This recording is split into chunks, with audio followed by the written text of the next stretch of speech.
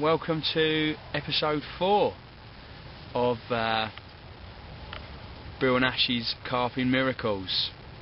This time, Ash is with me, and to prove it, I can't see anything at the minute. Wait, there he is! Hey, finally back in the show. Right, where are we? Hintlesham again. Had a great time here last time. 5 fish, and that was 2 weeks ago. What is it? It's the 16th? No, 6th today, is it? 5th. Yeah. 5th of February. It's 5th of February. I'm still off the fags, which is good. Ash is still on them. More than ever. More than so, you know, it's going to be hard with him smoking and me not smoking. Last time I didn't have anyone like smoking around us, so we'll see how it goes. I've got 3 rods out. Ash has got 2. Ash has got 2 on the cell, and I've got 3 on the plum. So it's a little bit of a match. We're having a plum. Yeah, I've got plum Grange. Ash has got the cell, like that's a coconut. Fishing very similar styles, isn't we? Average bag leads with boilies. Have you got pop-ups on yours? No, I've got Snowman. I've got a white bottom bait cell fluoro with just tipped with some corn. And then I've got a stick out as well with 15mm cell tipped with corn as well. So yeah, similar styles. And we got here at about 6:30. No, 6. 6 was it? Yeah. Yeah, about 6. And I tell you what, it is blowing something mental, and it is crazy windy today. Nice and warm though. It's a warm wind. Yeah, very warm wind. And we've chosen different pegs. We've gone against the grain today, haven't we? On purpose. It's been a southwesterly all week. Now, remember I come here last time and I fished over the far side against the snags and stuff like that. Well, this time I've come down to the bottom of the lake, the deeper water, because we came down here a couple of times during the week and just chucked little handfuls of bait in a few areas and that. And we're thinking that maybe the fish are holding up, might be holding up down here. If we don't have any luck, we're doing 48 hours, or 42 hours is it? 42 hours. So if we don't have any luck by tomorrow evening, probably might make a move. We'll have a move, pack up and move. But at the minute, we've only literally had all our rods in the water, what, half hour? So it's, you know, we haven't had any action yet. We've had to turn our bite alarms sensitivities down. Turn it down to like 1 and 2. Do you know what I mean? The duo carbs on as well. Duo carbs are on. Even Ash, he doesn't really use his that much, but he's had to put them on. You've got to. It's too windy. And then we're just sitting here at the minute. And remember I spoke to you the other week about what to, you know what I mean, what to do on these old winter nights and that. Check, who's that? Look at that cheeky fella. Old Danny Fairbrass, one of our heroes. We absolutely love him. Right, I know a lot of people give him some stick, but this geezer has taught me an awful lot, and I think Ash taught you an awful lot, innit, as well? Yes, yeah. Do you know what I mean? I wouldn't mind a sponsorship recorder, yeah. Definitely, definitely. Well, I'd like to think that he's watching our Carping Miracles with DVDs while we're watching him. It would be good, wouldn't it? It would be nice to know that he is. Danny, if you are watching, mate, just let us know you're watching. Do you know what I mean? Just give us a little comment and say like, "Well done, boys," or something like that. Do you know what I mean? Keep it up, because you're one of our inspirations, mate. And I don't think we'd be catching the carp we are today if it weren't for him. Do you know what I mean? So, you know what I mean, I suppose this ain't a plea to everyone, but it's basically saying, you know, he's up on the stick that you give him. The bloke is a genius, and as every tackle company does, they produce some good stuff and some not so good stuff. You know what I mean? But anyway, back onto our fishing. Ash, talk us through your tactics today, mate. Right.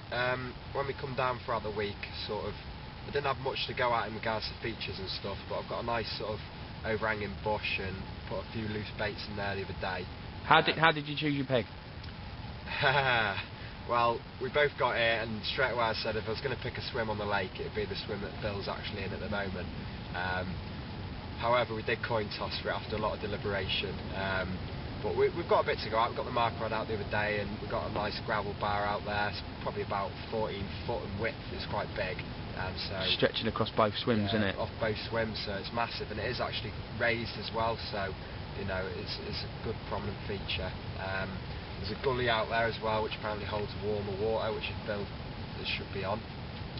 Yep. I've gone for two different tactics really. I've done a solid PVA bag, only small though, just a couple of mouthfuls of bait really, and I've got some white cell bottom baits, which I'm giving a bash. Not used them before, and that's Where'd you get your baits from? From Bait and Feed Company. There was a good deal on at the time. It was buy 5 kilo, get 5 kilo free. Now they do up the price of the individual 5 kilo anyway, but for like, I think it was about 78 quid, we ended up with like 10 kilo of boilie, 5 kilo in like a size 15 mil, and then 5 kilo in 80 mil as well. That's what I got. You also got 5 kilo winter pellet, but they changed that winter pellet to the matching flavour of the boilie, so it's cell pellet, 5 kilo of that. You got 2 packets of glugged fluoro bottom baits, and also we got two tubs of pop-ups in different size, matching again, and glug bottom baits as well, normal colour. And we've got normal glug bottom baits as well. Now we've actually had a smell of like the actual mainline brand sell and the Bait and Feed Company sell, and it's no different. I believe that they're totally the same sort of compounds and ingredients and stuff. You know, and if it is a bit indifferent, then that might be a good thing, you know, because if waters are getting hammered on the cell, say, then a little bit of indifference might be all they need, you know, to start getting the fish onto it again. If the quality's the same, I couldn't tell you because I'm not a scientist. I'm not a bait scientist. So, we've had a little munch, haven't we? We had a munch on a few boilies the other day. We've had a couple. I mean, I think we're starting to become a little bit sad like that. We're actually starting to taste the baits now. Crumble them up. Obviously, I'll draw the line at like lobworms and stuff. Just imagine how they taste. Not very nice. But yeah, it's my first time out since probably late October when we had a rough session at Suffolk Water Park with no fish. But we're here and we've made it a bit interesting this time. We're sort of in a match scenario because Bill's been bigging it up, and you know, and I'm quite competitive anyway. I'm quite brave because he's using like the going bait on here supposedly. I've gone against the grain. A proven bait on here, as proved the other 2 weeks ago. He's had a good catch report on it, good catch result. I've gone against the grain. I'm trying to sell quality bait, so let's see how we get on. It is a winter bait, as we know. All year round, isn't it, Sel? All year round. You use it all year round, and you know the fish seem to love it. One comment on the matching pellet from Bait and Feed is that they only coat the pellets with the flavour attractant and the colour. So, like, we've got it in the Corda Crusher before, and once you start crushing it, it actually just resorts back to its original colouring of just the pellet, a real pale colour. So that's something to note. It's not 100% like the product of the flavour. But we had the we put all our baits in the freezer, and they've been in the freezer now for what, 2 weeks? Yeah. 2 weeks, and we've left the pellet. Obviously, don't have to freeze the pellet. We've left that out in just our storeroom, and I tell you what, it's kicking out a smell, isn't it? That pellet. I mean, even though it's coated, it is absolute quality. You know what I mean? Pure smell and that, and flavour. I mean, we you know, thawed the boilies out, some of them, and you know, crushed them up, and it's just quality ingredients, and the like you'd expect from a reputable company like Mainline. They're doing a really good job, I think, Bait and Feed Company.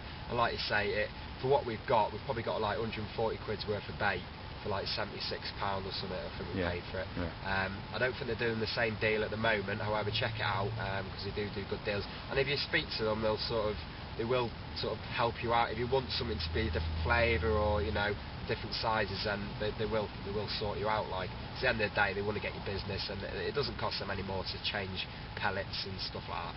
So you basically get what you want. Yeah. You know. So there is, as Bill might have told you the first time he came here, there is a 30 in here. It does weigh in at 30. What's his name? His name's Moby. Now, if I don't catch him, then I'm going to nickname him Moby Dick because he will upset me.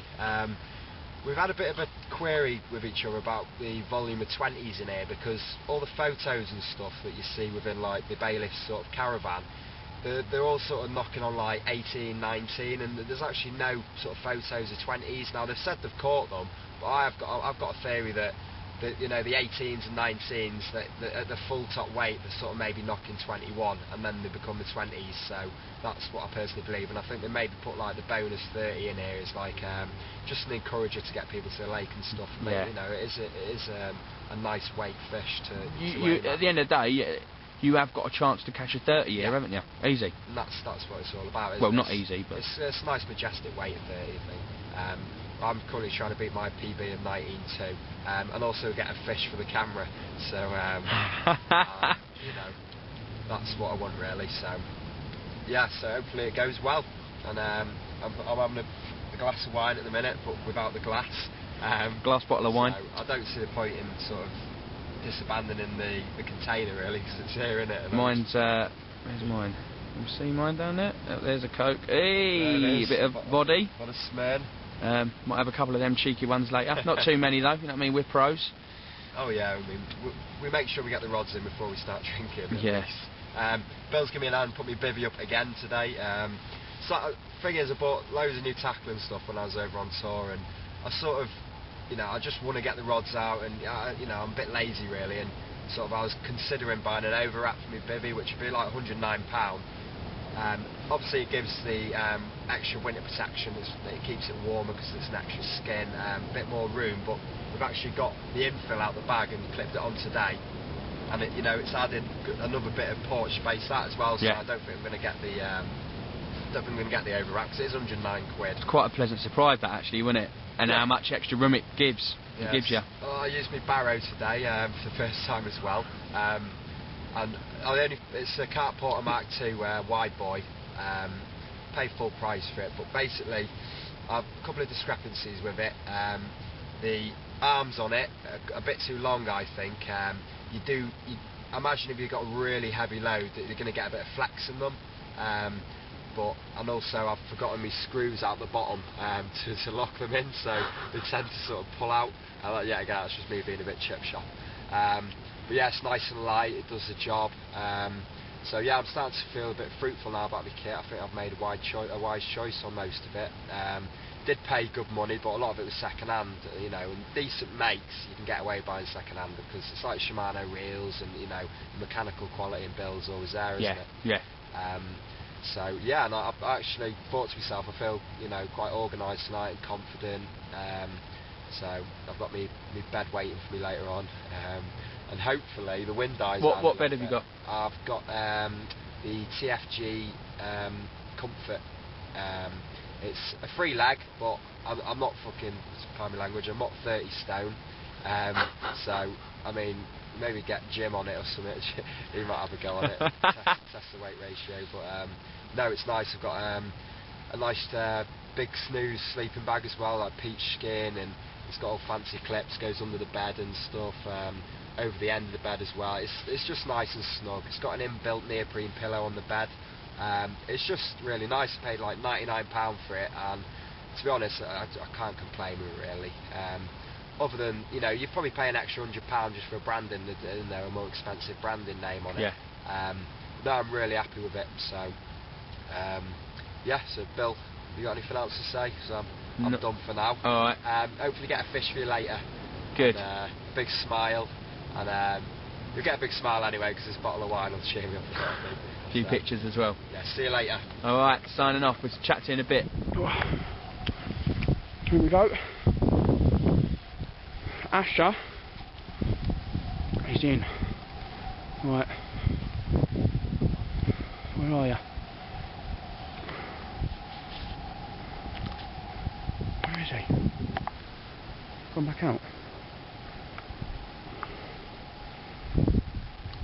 Definitely a cat. You let me know when you're ready, mate. Oh, it's a fucking twig on the net. Let me know when you're ready. Drag all right.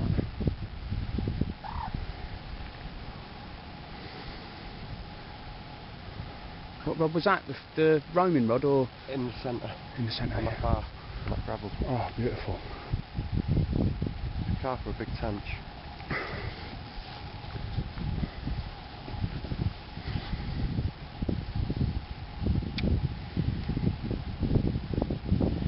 Oh, carp. Carp, I think. It was a tench, man. Was it? Green flash anyway. I thought it was a brown flash. Yeah. Not massive. Oh, is that Ghosty. ghosty or golden tench? Ghosty. Ghosty. Come on, Bill. Right. No, it ain't. Yeah, it's. Yes! Justin! Get in! There he is. Ghosty. Ghosty common. Let's have him. Beautiful. Right, you alright, mate? Yeah, yeah. Right, let's get this fucking net sorted.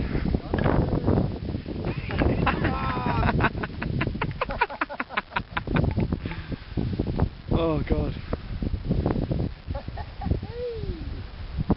Oh, you happy, mate? Oh, yeah. I bet you... Massive, mate. It's a good start. Fish is a fish, mate. Right.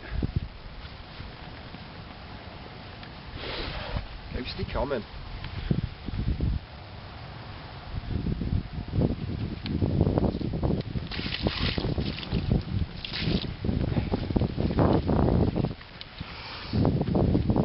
Fucking nailed. Nailed. Oh, that is nailed, isn't it? Yeah. Oh, it wasn't far off a hook pull, that. See that? Leeches on him. Oh, yeah.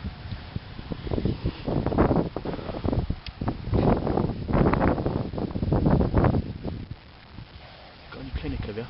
Yeah. It was on the floor, mate. There. Oh, yes.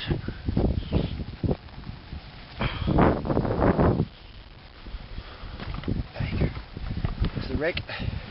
Mr. Rig done it. KD. Yeah. Got to weigh him? Nah.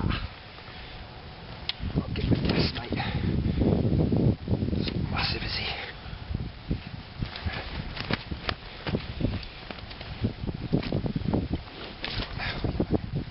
Let's get some fucking treatment on him.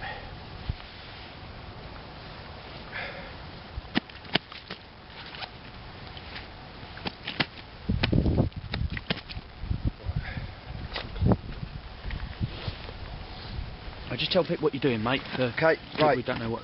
Right, basically, fish hasn't got the nicest mouth possible, but it's had a bit of damage there, hooks, leeches on it as well, so we'll clinic on it, clean him up a little bit. What is clinic? Basically, it's first aid treatment for carp and all specimen fish. It's basically an antibacterial viral parasiticide solution. Basically, it's our way as a carper doing our bit for the fish, keeping the quality of the fish. Giving a bit of first aid for yeah. the hook hold, isn't it? Giving the fish a bit of treatment, basically.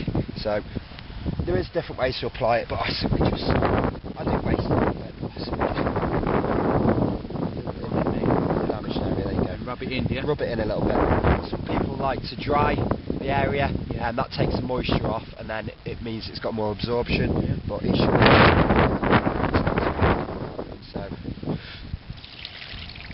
So he's not that cold, you know, the fish. No. He's quite warm, mate. You can smell the antiseptic, can't you? Yeah. Other than that, he's in good nick, the little fella. Do you reckon I'll give you 6. your better guess? Yeah, I'd say 5 or 6. Right. One thing that I have noticed that people do, right? And that you see them, they're holding fish, and when they're in the net, they start wiping it, Yeah. wiping the It's fish, mucus. taking all the slime off of it. You can feel the slime.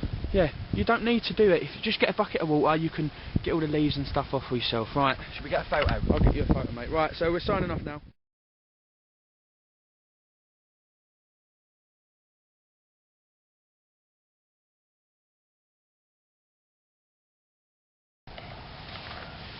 All right. Okay, so we've got a little update and that for you. The time's quarter to 12, quarter to midnight. Stokesy had a fish an hour and 45 minutes ago at 10 o'clock on the dot. You've seen the pictures of that. Lovely, lovely Ghost Common.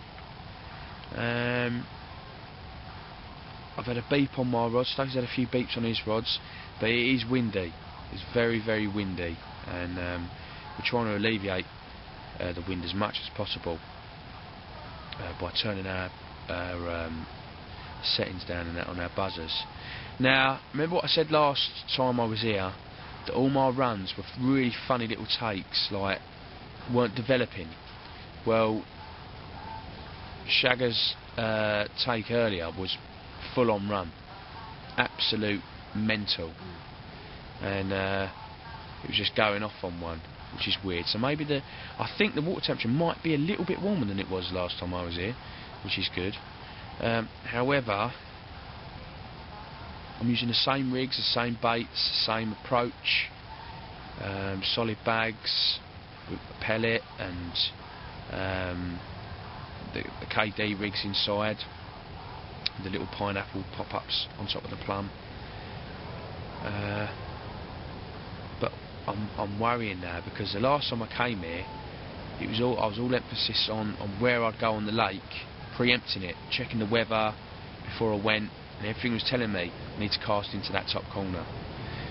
Exactly the same conditions this time, and everything's telling me I need to cast into that top corner. We came down the other day to chuck a few handfuls of baits in. Is that yours then?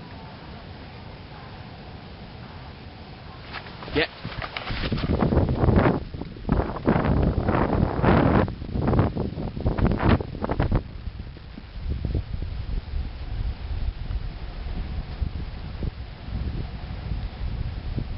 Right hand rod.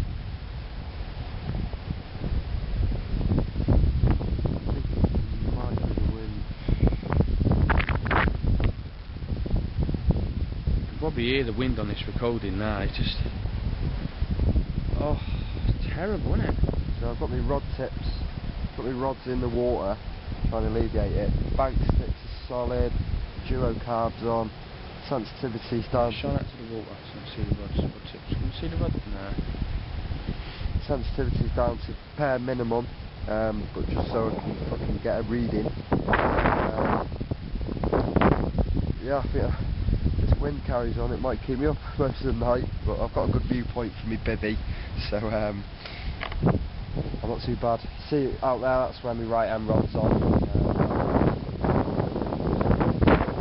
Nice snag feature there, bit of overhanging tree. And the left hand rod, which I'll be fishing on earlier, is I think it's about 40 metres, about 50 yards. There's a light coming from the building. I've got a good line of sight where I cast straight down onto the gravel there. So fishing bang on the gravel, I'm not on the edge of it or anything like that, but I might have to change to work out what's going to be the best. Like I say, I've only been here a few hours, so I've had a fish already. It's not a bad result. Good angling, mate. Right, quick, let's get back. Yeah, let's get back. It's freezing. Oh, it's bloody freezing. I've got half a bottle of wine left.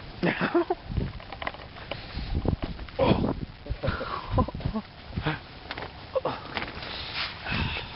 Let's flip this light on, shall we? Right, let's let a few things up. Right, so, back in the game. So yeah, you know what I mean, it's hard to tell when it's windy, whether you're getting a run or, because I heard it, and Ash didn't hear it, he's closest to his rod's end, and I heard did. Then when we listened, it went off again like that, didn't it? Whereas before, we was just getting little did. And do you know what I mean? So difficult to tell, and you know what I mean? We just have to grizz and bear it. Yeah, disadvantage because I've got the EV Delkins. Because I've got the EV Delkins. Yeah, turn your torch on, I think it's easier. I haven't got the receiver capability on it, so like if I'm chilling out in Bill's bivvy, because it's like the better place to be, really. Not the better, but just a little bit bigger, isn't it? A little bit bigger, yeah. I can't sort of sit on my rods, apart from when I'm on my bivvy, my own bivvy. So yeah, I just got to be vigilant, listen out, and I've actually had to turn my tone down to a really dull dull tone because it's a lot easier to hear, and then the high pitch sort of gets lost in the wind, I think. So that's a change I've had to do. It's coming up to midnight soon. We've decided that's going to be bedtime.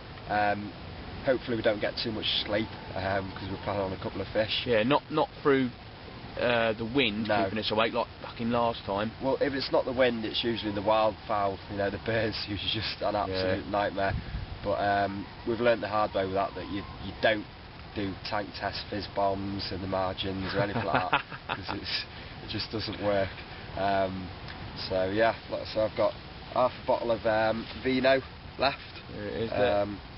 I might take that back to my bed chair with me and have a little nightcap. Yeah, I might actually put the drink in the cap and it'll be a proper nightcap.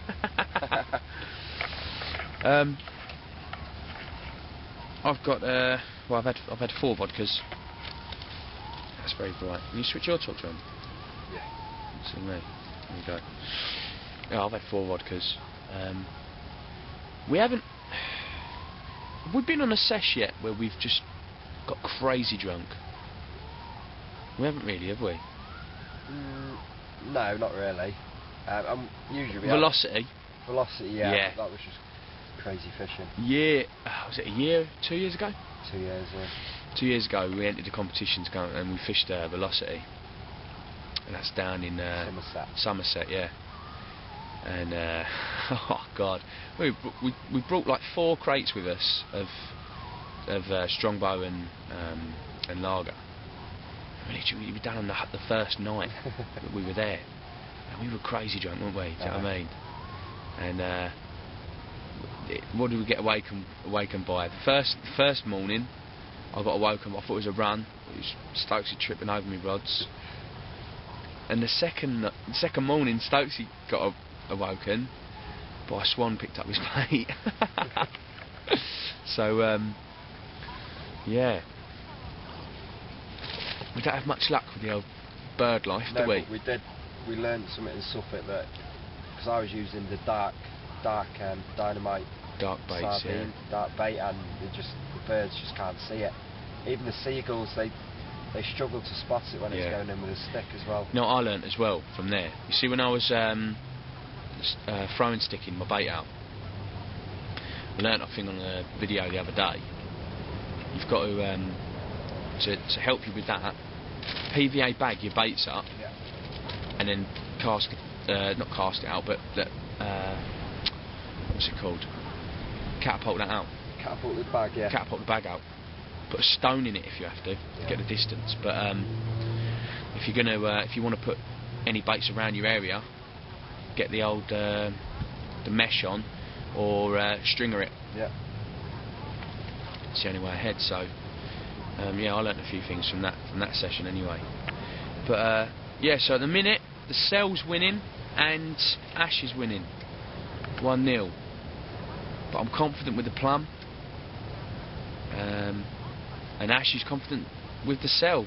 You know what I mean, with the coconut. So it's a battle, isn't it? It is a battle. And that's how it goes. And I've got 3 rods out, and he's only got 2, so got the advantage as well. Putting more effort there into my 2 rods. Yeah. Come a long way, ain't you? Yeah. Ash has got you got your Nashi rods out, haven't you? Yeah. Extra slim. Nashi Outlaw XS's. They used to be my old rods, and I love them, right? And he bought them off me, and then he said to me the other week he's going to get rid of them, and my heart sunk, didn't it? And I said, you can't get rid of them, mate. You can't get rid of them because they are absolutely brilliant rods. They're brilliant small water rod. Yeah, yeah. Were they 2 3/4 or 2 1/2? 3/4, yeah. 2 3/4, mate. Can't get them anymore. Absolutely fantastic rods, and sometimes I think, oh, I wish I never got rid of them. But obviously now I've got me Gray's Prodigy Pluses, 2 3/4 for me short to medium, and I've got me Starbaits Mil Specs 3 1/2s, 13 footers for me long range. Still haven't managed to get a chance to use them yet, but we've got a few army matches, haven't we?